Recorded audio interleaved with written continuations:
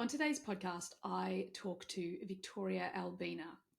She is a master certified life coach, breathwork meditation facilitator, a nurse practitioner with a focus on mind body healing. She specialises in helping individuals heal their nervous system, overcome codependency, and break free from people pleasing and perfectionism behaviours. Victoria's work emphasises the intersection of mental health and physical well-being, with a focus on self-compassion, empowerment, and holistic healing practices. She is the host of the popular feminist wellness podcast, where she shares insights on emotional and physical health, self-love, and personal empowerment. Victoria brings a unique blend of clinical expertise, coaching, and breathwork to help people reconnect with themselves and their bodies in a deeply transformative way. Victoria Albina is a UCSF trained family nurse practitioner, master certified somatic life coach, and breathwork meditation facilitator. With over 20 years of experience in health and wellness, she specialises in helping individuals, particularly those socialised as women, heal from codependency, perfectionism, and people-pleasing tendencies. Victoria shares her personal journey of overcoming chronic health issues like IBS and adrenal fatigue through functional medicine, smart nutrition, and somatic practices. She is passionate about nervous system health, teaching others how to calm and reset their bodies through polyvagal theory and somatic techniques. Victoria holds both a master's degree in public health from Boston University and a BA in Latin American Studies from Oberlin College. She currently lives in New York's Hudson Valley on occupied Muncie Lenape territory. So Victoria is also a 3-6 emotional generator. She's the cross of four ways, and she's currently, because the cross of four ways kind of moves its theme every 18 and a half years from each gate, she's currently in the gate 24. So all four of the gates of the cross of four ways are directional gates, and the 24 is the direction of return. So this is a time in her life where she's kind of going back over potentially what she's experienced in the past and applying the things that she's learnt to potentially create greater outcomes. For your curiosity, as you listen to our epic conversation, keep in mind that she is an emotional generator. You can really hear the language, how lit up she is about the work that she does. And being across the four ways, she's here to help people kind of take a sharp turn. And obviously that sharp turn is from the conditioned, fearful self into sort of healing, integrating, and then moving into a more aligned self. Her core talent is in the 51, which is really all about shock, but yes, awakening. Which is really cool to listen to. She's also a line 6 in there. So she has a lot of line 6s kind of in prominent places. And she does have the 34. It's actually in the 3457. She talks a lot about empowerment. So the 34 is very much about empowerment. But with the 57, it's all about, empowerment through the intuition and, powerful intuition. Her north node in personality side is the 40. Her south node is the 37. So again, she's moving from this family to this, it's the gate of aloneness. So it's cool to kind of listen to this line 6, who I believe is at this, she's still on the roof at the moment. So she's at this time where she's creating a lot of her wisdom through all the extensive experiences she's had as a line 3 and a line 6, and coming up with such beautiful, beautiful wisdom.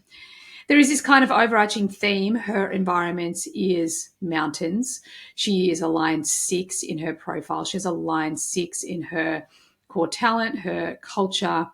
There's a bit of this energy of being above, like having a view of everything and being able to share what she can see in the distance and potentially being the visionary. So enjoy this episode, enjoy this interview, and listen out for all the human design language that you'll hear now you know a little bit about her chart. Enjoy. Hey, everyone, and welcome to today's episode. Well, on today's episode, I have the amazing Victoria Albina here with me to talk all about the nervous system. I think we're going to talk about a couple of things that I bang on about a lot, like a burnout. And I'm really curious about codependence because I am a recovering codependent over here.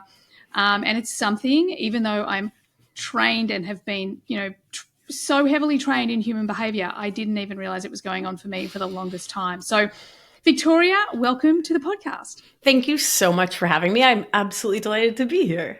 Oh, it's going to be good. I was actually just listening to you being interviewed on another podcast, and I'm like, oh my God, I can't wait to just dive in. Oh, yay. That makes me so happy.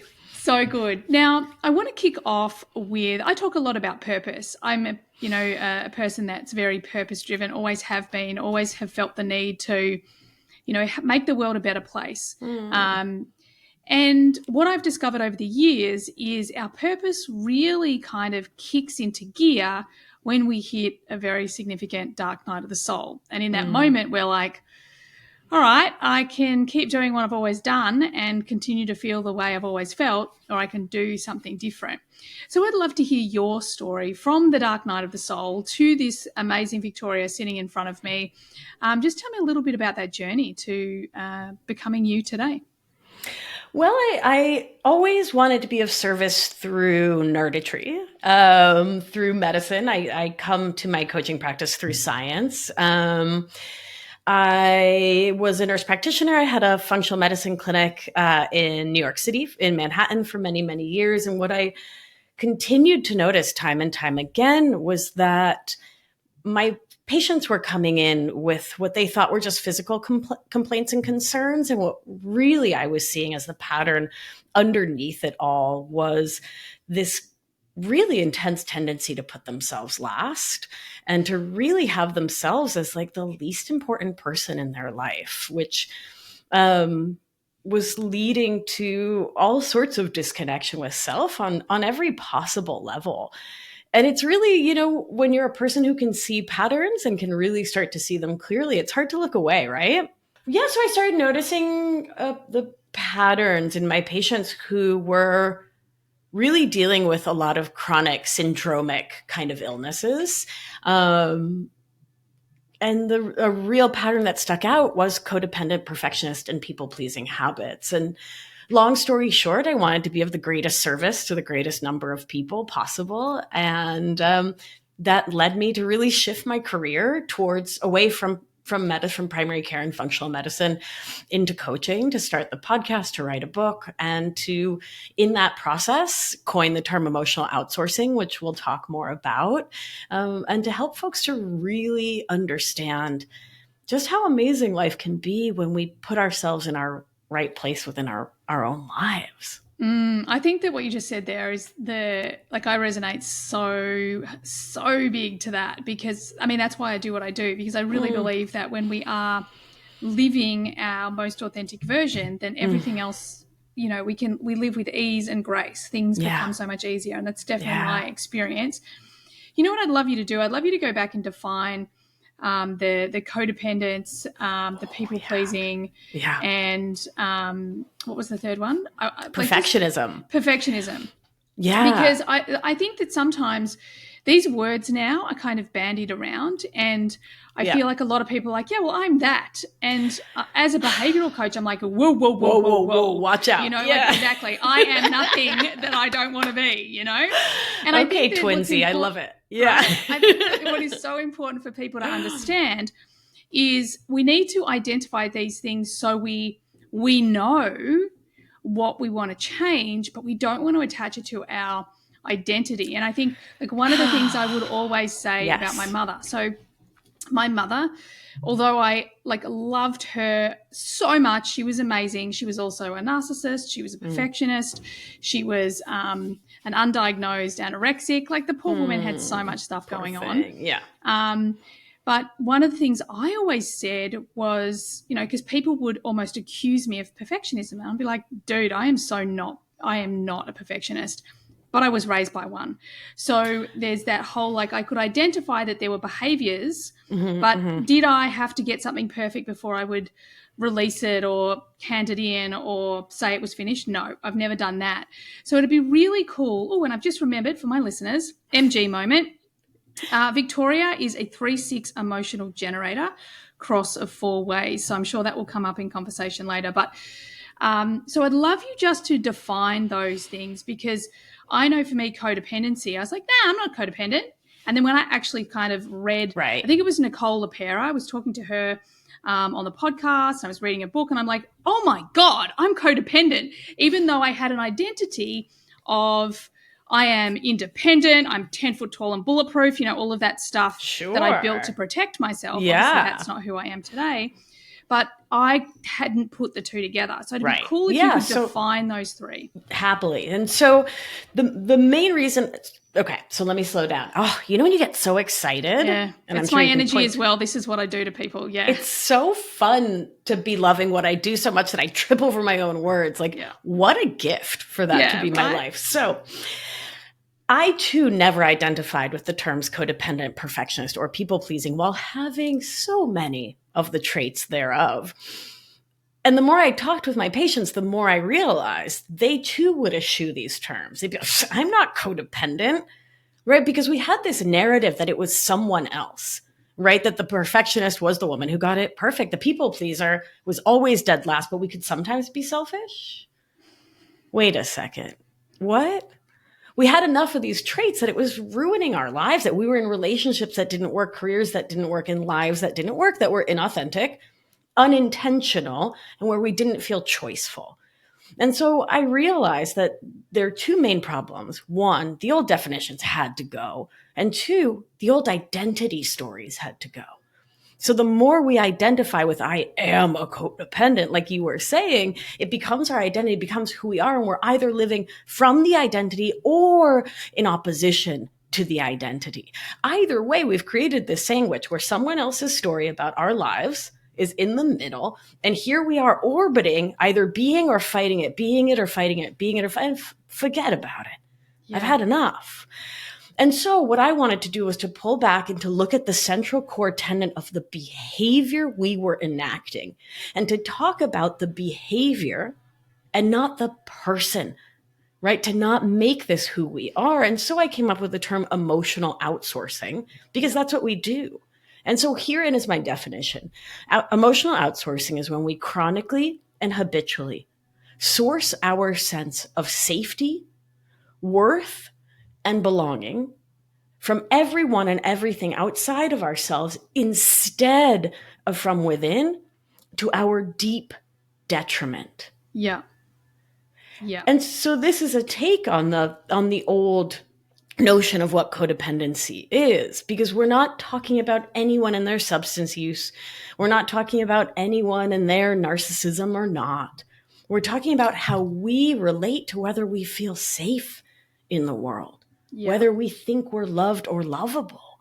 It's about how we relate to the notion of self and other, and how that touches everything in our entire lives. Oh my goodness, that is so beautiful. And it's absolutely so true. As you're speaking, I'm thinking back to many years ago.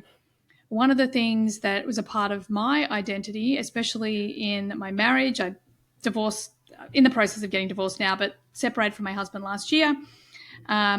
And one of the things that I look back on, because, oh my God, no one tells you how many times you have to look at the past once you decide to get divorced. Like, dude, I thought I'd done all this with all my own, personal development and spiritual development. But no, you have to go over it every which way. Oh my goodness but one gracious. of the things that I think that became very apparent to me is, and it's definitely an Australian thing, is that I thought, I'm just laid back. I'll just go with the flow. I'm Australian. That's what I do. But actually, that was total codependence. Right? I just wanted him to like me. Conflict avoidant. Yeah, exactly. Yep. And I think that so often we just don't realize, because either we're stuck in the collective identity. I'm Australian, therefore I'm laid back. And I mean, I am pretty laid back. However, I avoided making decisions. I Right. avoided taking responsibility. I avoided putting a boundary in place because I Sure. would upset someone, but I was so consciously unaware of it. Now I'm very Yeah. aware of it, but back then Right. I just wasn't. And I feel like so many people are in that situation. Is there anything specific you'd like to respond to on that? Yeah, I think the core of emotional outsourcing is living unintentionally. So we're living habitual lives based on other people's stories. Yeah. Stories about our identity, about what it means to be us, who we should be, right? And then we can bring in the good girl narrative, the good wife, the good daughter, the good fill in the blank that can completely take over our entire lives. I'll have women in their 60s and 70s join my program who are like, I'm just opening my eyes. Yeah. I was who they wanted me to be for the last 6, 7 decades. And I'm just starting to step into intentionality through somatic practice. And it's one of the many, and we can get into that, but I bring somatics in so deeply. I've been studying it for over 20 years, which that's wild, by the way. I know, right? That we've been I'm at the doing same age, anything for like over I'm 20. turning Yeah. 50 next year, and I'm like, Yeah. Wow. oh my God, I've been around for a while, like. Yeah. I can do surgery legally and I still can't believe I'm a grown up. Do you know what I mean? Oh my God, Like, I totally feel like no one is stopping me. I feel like I'm 15. I'm just who's having a crack out monitoring here. us, Yeah. right? Are we being supervised? Yeah, Emma? exactly. I love that. I really It's so want to talk fun. about what you just said. Yeah. And I'm going to pop it into my own words. And that is Great. that one of the biggest challenges we have with change is that we have become so good as a collective at disassociating, at, existing just in the mind. Yes. I interviewed Jeffrey Allen not long ago, and he is this incredible energy expert, and he's all about how we can, he sees auras, but like to him, it's very tangible experience. To most of us, it's not. And one of the things he said was most of us are walking around like we have this bubble on our head. And that's our spiritual, that's our energy, that's almost our aura. It's not our aura, but it's this. Yeah. Because it's just hanging in there, because all we're doing is thinking. And what he talks about is we need to embody this 3D reality so that we can connect more to spirit, to source, to God, Certainly. whatever you want to call it. Yeah. So I'd really love you to start to head in the direction, because the correlation is the thinking mind getting into the body and then really talking about the biology of that. So talking about the biome and how our health is coming from our gut, but our gut is, intrinsically linked to the brain and the heart and all of these other things. So that is a massive, big, wide open question. Yeah. Hopefully that feels comfortable for you just to respond to. I think you just invited me to nerd out really hard. And so, listen, you got the right girl. So where to even start? I think what you were saying about Jeffrey and we're all two in our heads is altogether true. But here's the thing that needs to shift. We're in our head, but we're too in our limbic system. We're too in our amygdala. We're too in fear. We're too in rumination. We're too in catastrophizing, globalizing, personalizing. Yeah? We're too in this narrative of doom. Yeah. In which we are the main target, but not the protagonist. Does that make sense? Yes, that's brilliant.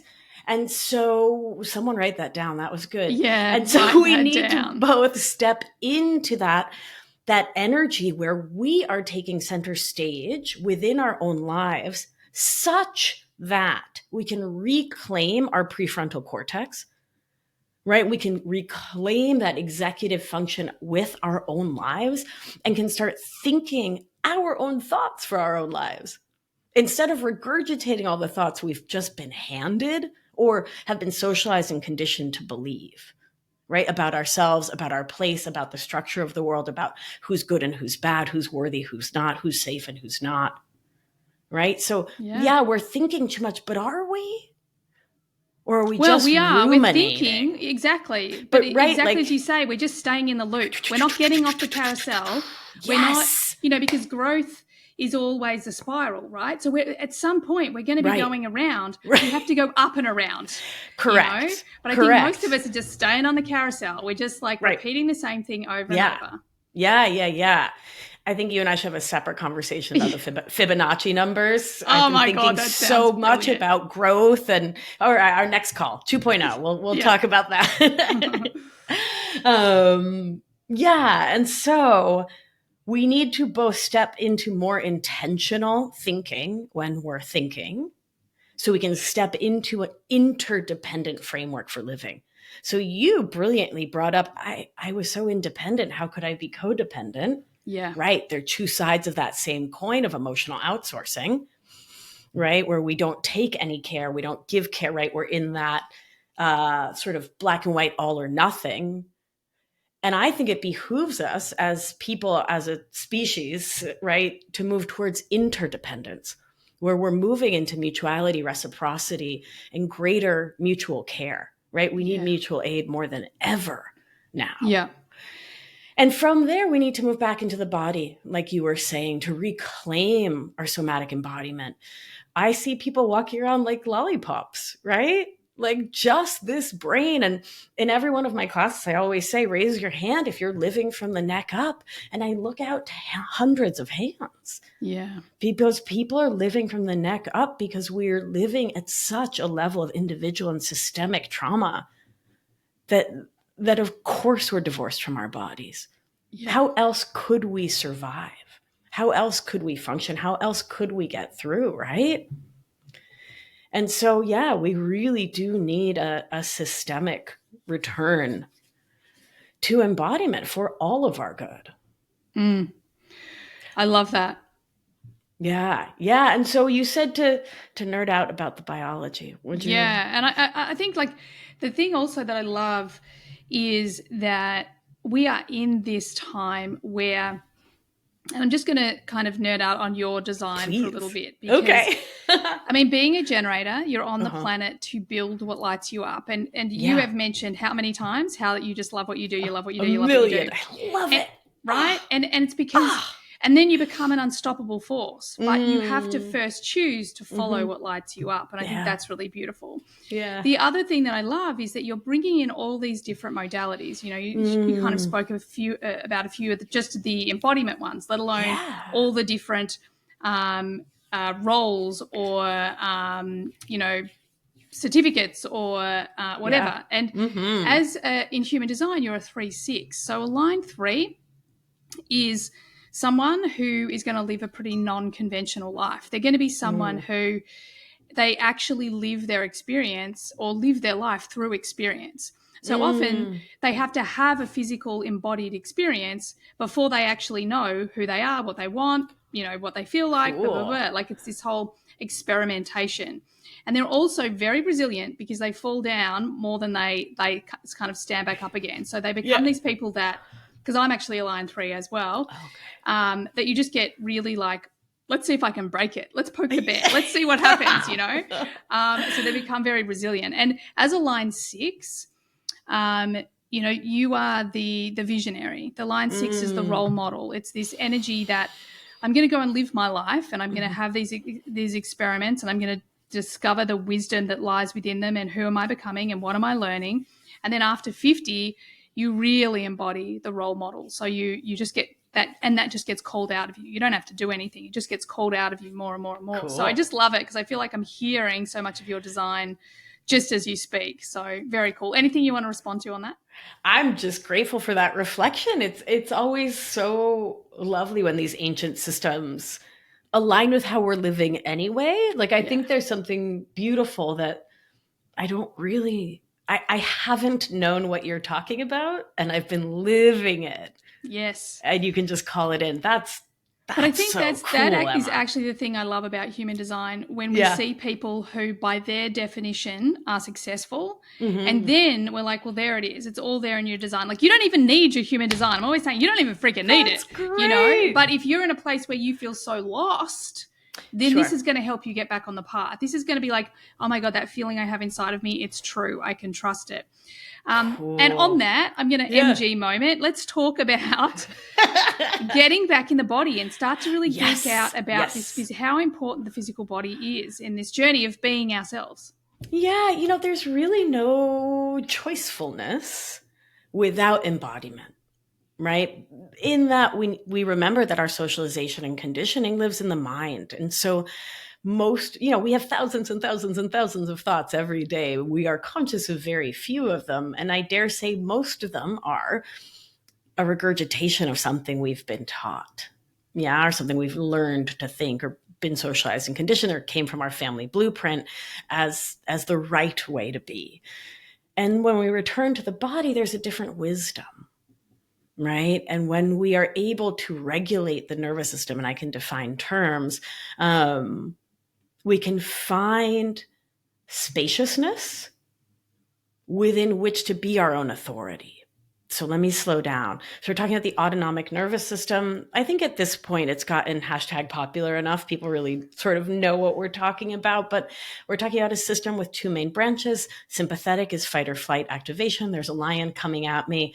Humans will automatically go into sympathetic. We'll seek to fight the lion. You can't fight a lion. We are very small, Emma. Or flight from the lion. We'll try to bust a move, get up a tree. We're probably not going to win anyway. But point is, we're going to give it the old college try.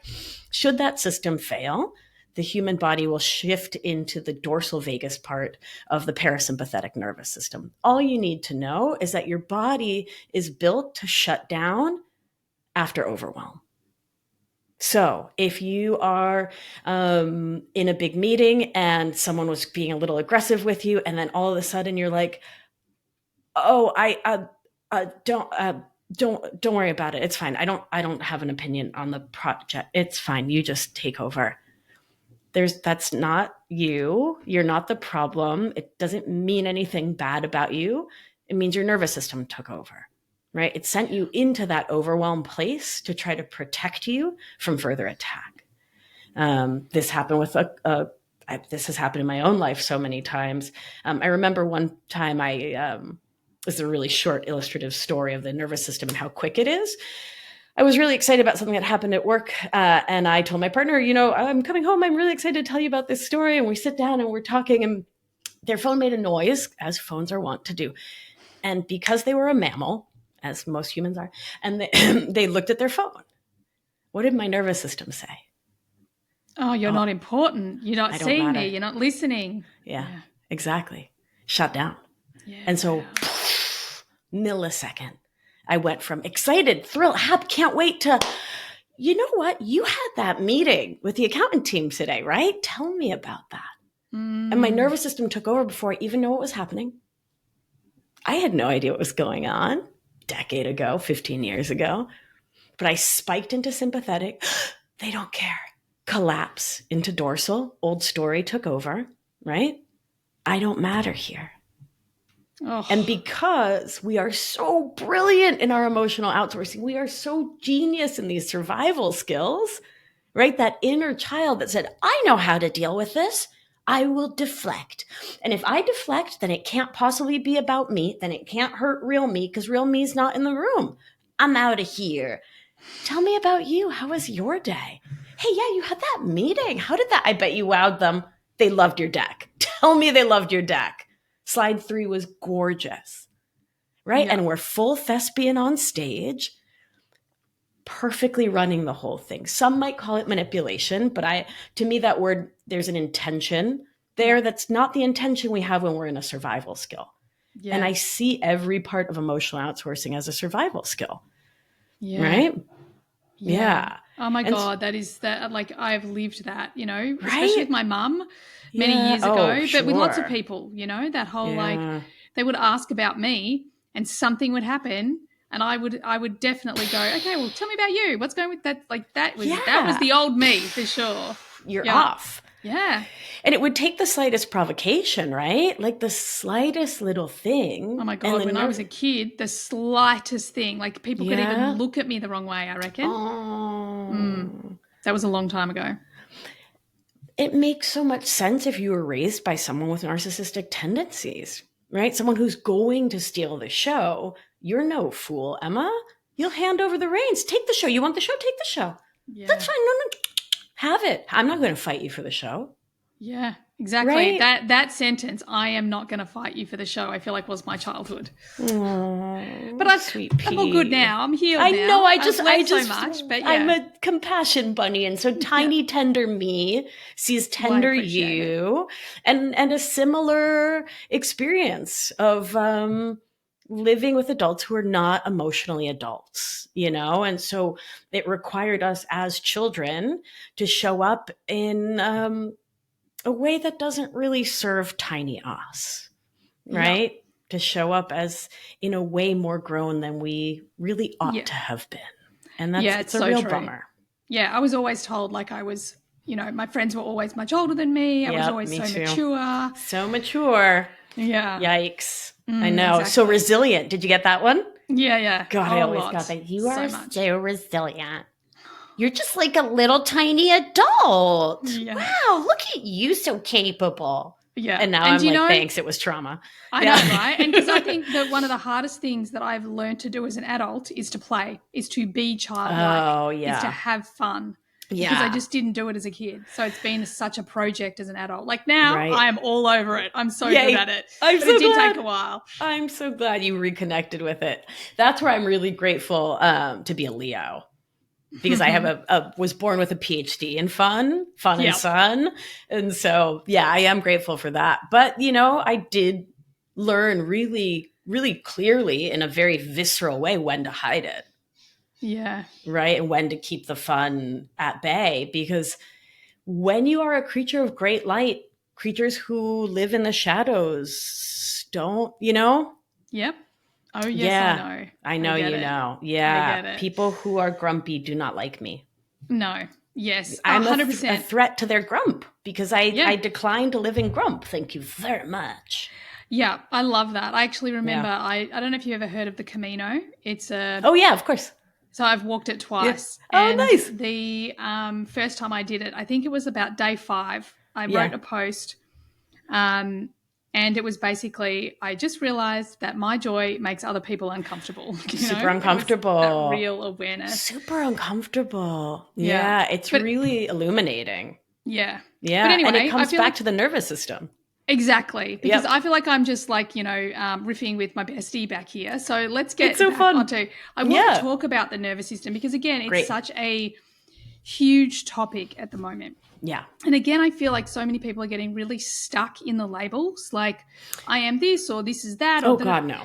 What I really would love your expertise to help my listeners with, or just give them a really like, what's the pathway? What do I need to know about my nervous system? Because I only just recently in doing a lot of my healing with relationships, and I have incredible people around me now, friendships, like all this.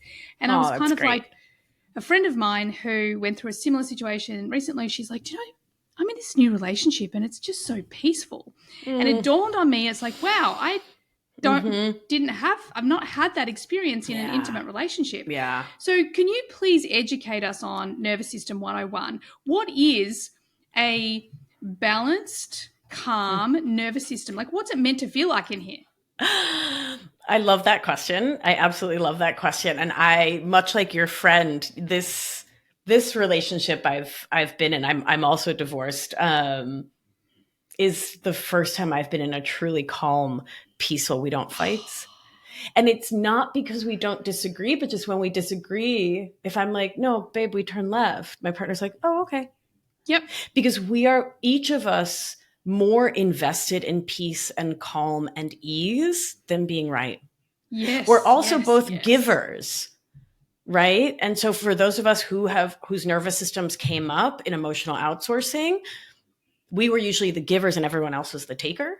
Yes. And so when we finally can regulate our nervous system, we can find other givers. So you asked me to do a one-on-one. Let me back up. Again, right, the autonomic nervous system is what we're talking about. And when we hear the term regulation, it refers to our capacity to come back to a homeostatic balance, to come back into what's called ventral vagal, which is the safe and social part of the nervous system. It's the social engagement system, per Stephen Porges, that's his language. And so it's the part of the nervous system where everything works optimally when that's the main engagement. So our cognition, working well, prefrontal's engaged. I'm here, I'm thinking, I'm calm, I'm chill. My digestion is working optimally. We can have another conversation about IBS and dysregulated nervous system, because that was my medical function. Let's see if we get there. So our digestion is humming along. Everything through the middle of the animal is working as well it should in ventral vagal. We leave ventral vagal and have sympathetic innervation when there's a fight, when there's a flight, when there's something that's scary, either in actual present moment or in our consciousness. So it's something that, I was walking with a friend in a shopping center last weekend, and she smelled we're also 45 years old. She smelled her high school boyfriend's mother's perfume. Wow. And I swear to God, she looked like someone had just shot her puppy. She was like, I was like, Megan, what the hell just happened? She's like, oh my God. And that smell sent her nervous system back. Yeah. Full freak out. Yeah. Wild. Yeah. I've had the opposite of that, like smelling an old boyfriend's aftershave and going, whoa, that's great. Yeah. That's amazing too. Yeah. Different part of the nervous system. So that sympathetic system prepares the body, whether we want it to or not, right? Because there's an avolitional part of this that's really important to recognize that, again, happens in a millisecond, prepares us to bust a move or to attack. And so heart rate increases, breathing, blood pressure, glucose capacity, management capacity goes down. Everything starts to get effed, frankly, as we... You can say it. You can say it. Yeah. We start getting kind of fucked up as we go into sympathetic if we are not able to downregulate back into ventral, right? So if a city moment, a siren goes by, I might sympathetic and anyway, back to our conversation. Yeah. What happens is we get sort of chronically stuck in these patterns of being in that very New York City, anxious, let's go, everything's a crisis, what's happening, urgency, whoa, let's go, which is, again, very typical when we're raised in emotional outsourcing. Because it has to be perfect, it has to be now, no one can be upset, no one can have conflict, no one can have big feelings, we have to manage everything. Yeah, I know I'm 8, but I've got this thing managed. Mom's fine, dad's got a drink, sister's there, everything's fine, I've got it. Yeah. Whew. Yeah. That can only last so long.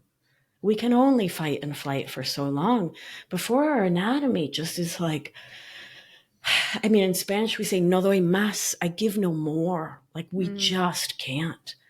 And so in the animal kingdom, we see that as a deer in the headlights, a possum playing possum, an animal just saying, or like a gazelle after a lion catches her ankle will collapse to the ground and play dead. That's dorsal.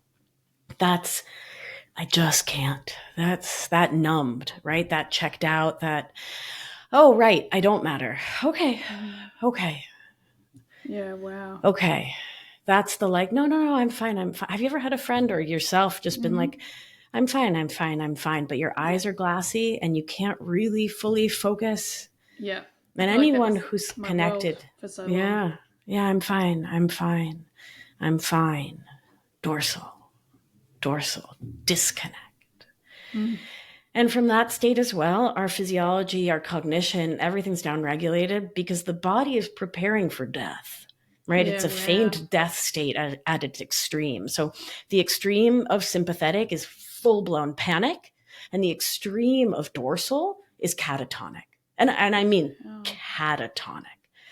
So none of us are in one of these states all of the time. That's not how you unless you're catatonic or in panic all of the time, then you're probably not listening to this podcast, and you probably don't really give much of a care about human design because you're catatonic or panic. Exactly. Most of us live in the middle and shift between these states, these 3 main states throughout of our day. You need a little sympathetic to put pants on. Sympathetic's not a bad thing. It's our verve. It's our get up and go. There's no dancing in the kitchen without a little sympathetic. But there's no shavasana at the end of yoga without dorsal. We Yeah. need both. But what we need is both in balance.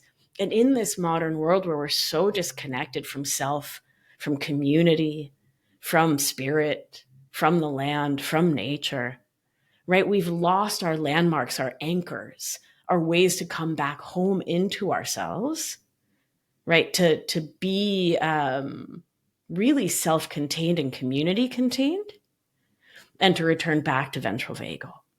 And that's where we see depression on the dorsal side and chronic anxiety on the sympathetic. Yeah, wow. I did that for 7 years. Like the deepest, darkest depression and the anxiety. Like it was at the same time. It was awful. However, like I do look back and go, I wouldn't be who I am today without it. I wouldn't be who I am today without all the challenging humans in my life that, made me take responsibility for the results I was getting. Yeah. But that's not to say that, it was okay. It just was Certainly. what it was. It was what it was. Yeah. Yeah, absolutely. I hear you, and I think the same for myself, but I also would like to have gotten here without the trauma if I could have. Yeah, like hello, absolutely. But one of the things I love your opinion on, because one of the challenges for me was that I was given this diagnosis, and this was like nearly 22 years ago now, that I would never actually heal from the depression or the anxiety. I'd learned to manage it, but I wouldn't heal from it. And that was actually a moment that changed my life, because I was like, screw you, buddy. I don't care what expert you are. Great. I'm going to work this stuff out. Yeah. But I'd just love to hear your opinion, because you are such an expert in this area. Like, we have sovereignty over our mental health. We have the power to heal from these things. I'd love to hear your opinion on mental health and how much power we actually have over that. I mean, I guess it begs the definition of both healing and power. Well, power, I mean, as in, like self-empowerment, that I actually have some say over my mental health. Because, I mean, a lot of mental health practitioners would have said to me, well, your grandmother experienced anxiety, your mother experienced anxiety, your dad experienced depression. So, it's in your DNA, like it's been passed down. However, the rewiring of my brain, that was within my power, but no one gave me that option at the time. No one said, look, there's a bunch of different ways you can go about this. So power for me is that actually I'm empowered enough to go, I believe that this is an outcome for me, that I can find answers to reach that outcome. Right. So there are genetic components to mental health concerns, much like physical health concerns. I am of a family of very fit, slender type 2 diabetics. And when I did my genetics, it's right in there that I'm at increased risk, and here we are just doing our best, right? So I eat well, I exercise, I lift incredibly heavy things and then put them back down again. I don't drink, I don't smoke, et cetera, et cetera, et cetera. And then I cross my fingers. Yeah. So some things have genetic components. A lot of things have socio-political, environmental components, right? If someone's living in abject poverty, that's a vital component of mental and physical health, right? Yeah. And it needn't even be abject, right? Our living conditions impact our wellness in every 100%. Possible way. I feel like environment is the number one contributing factor. Yeah. Like whether it's the environment, as Bruce Lipton talks about, of our cells. Right. Mm-hmm. And everything up from that, our internal environment, for me, I didn't understand that I had a choice of what I focused on or the stories I told myself. Sure. Or our physical environment. My physical environment is made up of, where I live, but it's also the relationships, or it's the food that I'm eating. So I just feel like our environment has such a massive play. Right. Yeah. From how we see self to our mitochondria. Yeah. What nutrients are available, right? Because mental health, you brought up the gut microbiome. So are you getting enough vitamin D? What about enough zinc, right? What's omega-3s? I mean, like, we can go nutrient by nutrient and call it out, but what is the fuel for your life, mentally, physically, spiritually, community-based, energetically? What is fueling your existence? Mm. And I think, I was talking to a client the other day who really, truly didn't believe that she could change her thinking. Mm. Right. And she'd been listening to my work. She'd been listening to my podcast for years and was like, I hear you say it, but I just can't seem to change the way I think about the world. And so when we're sort of stuck in that paradigm where she felt a victim to her own thinking, it is exquisitely difficult to change what feels like a predestiny towards mental health concerns, right? Mm. Mm. And so it's a confluence of so many factors, but to tell someone you can't heal feels. But I think that was the old paradigm as well. I think it was it's right at the end of, and 20 he was the years leading ago. specialist, but so much has changed. So much has 20 changed. years, Yeah. And so between, my training is in somatic experiencing, which is Peter Levine's work. I actually watch patients rewrite the story of how they relate to self and the medial frontal cortex and actively engage in memory reprocessing and relate to and retell an old story that used to be a massive nervous system trigger, and they'll just retell it super chill. Yeah. And it's really astounding to watch the resilience of the human mind, body, and spirit when given the right tools, the right care, the right community. I love that. And I think that that's the also leads me to that piece of, knowing what's correct for you, that there's so many ways that we can heal. Yeah. How do you help people? And I'm super conscious. I just looked at the time. I'm like, what? Oh my gosh. Super conscious wow. of time. Okay. But I would really love you to talk a little bit about that. I know that Dr. Will Cole always talks about, bio-individuality. Sure.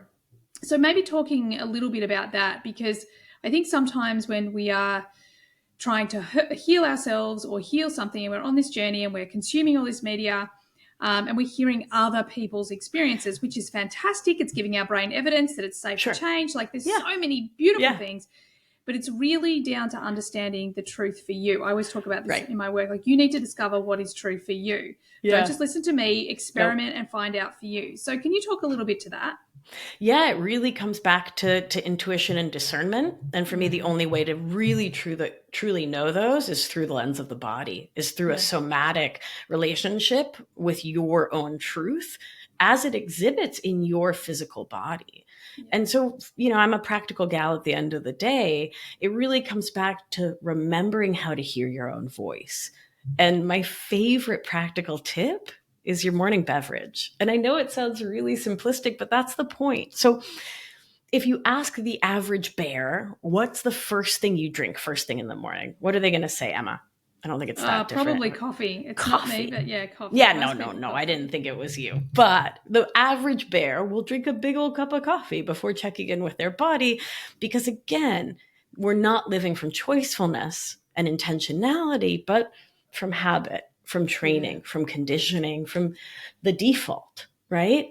And so if we are to heal, we must change our default way of relating to everything. And we must then run our new choices through the lens of good for me or not through the body, right? And so my favorite thing to do is invite people first thing in the morning when you pick up that coffee, ask your body, baby, is this what you really want? Yeah. Do you want water first? Do you want tea instead? Like, what is it that you actually want? And you may not hear anything the first day or the 15th day or the third month, but keep asking, keep listening for subtle changes, for a change in tension, for some lightness, you might hear words, who knows, but you might not. The key really is to listen in and to bring true, real mindfulness into your own relationship to yourself, so you can become your own watcher. So you can become that consciousness that watches you making your choices. Because it's through this, right? It's the quotidian bullshit. It's the minutia of the day that creates a life. And when you can reclaim your morning beverage, then slowly with time at task, you can gather and garner up enough emotional presence, somatic presence, and choicefulness. So when your partner looks at their phone during a conversation, you can stay with you. You can stay with safety within your own body, belonging to yourself. You can remember that you are worthy to you. And you can say, oh, babe, this is important to me. Can you put your phone in the other room? I just really want to tell you this undisturbed. I love that. Yeah. I love that. And I love that morning, the morning coffee or the morning beverage, or Yeah. it reminds me, one of my dear friends, she calls herself a holistic physician. So she's kind of been a GP for a very long time, but she's also basically a shaman. And I watch her whenever we travel together. I watch her go into every place that we're going to eat, and she just muscle tests everything. She's like, is this what my body wants? Is this what my body wants? Is this what my body wants? Yeah. And for me, I'm obsessed with the heart coherence meditation. Oh, yeah. So I'm just like, hand on my heart, is this correct for me? Is this correct for me? Wow. And you're just like, it's so amazing how quickly you can build that relationship. And you just like, I remember one time recently, I don't drink a lot of alcohol, but I do still drink.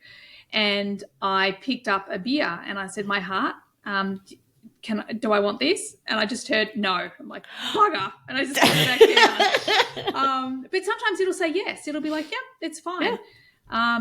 But even for me, when I am traveling, because I travel a lot, I use it because I don't know really what's in the food, and I eat very clean. Like where we live we're very, very lucky because we're subtropical. There's local farmers. It's organic. It's biodiverse. Wow. And we get 90% of our food from the local farmers market every week. Wow. But when I travel, I'm like, what's in this? And again, I can just check in with the body, and it will generally tell me like, yep, it might say healthy on the packet, but it's actually not.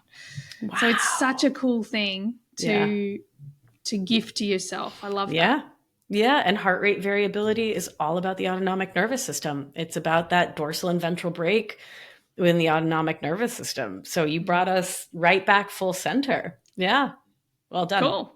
I love that. Well, oh my God, Victoria, I think I could talk to you all day. I feel like there were so many more questions that I wanted to ask, but maybe next time.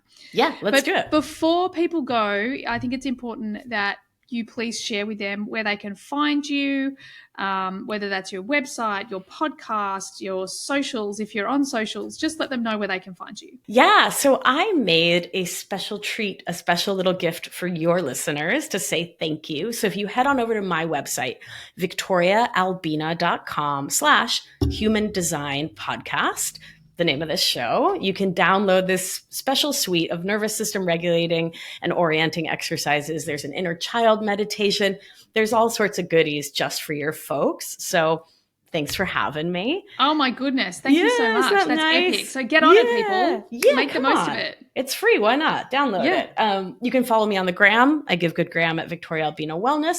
My podcast is called Feminist Wellness. And I have a book coming out in October 2025 with Hachette called End Emotional Outsourcing. And maybe we'll do a part 2 to talk more about that. Yeah, I think so. There's still so much to say. So much. Thank you so much for being here with me. It's been a blast. Yeah, it was a real pleasure. Thank you. Cool. And thank you everyone for listening. I trust that you got what you needed from today's episode, and I so look forward to having you on the next one. Bye for now.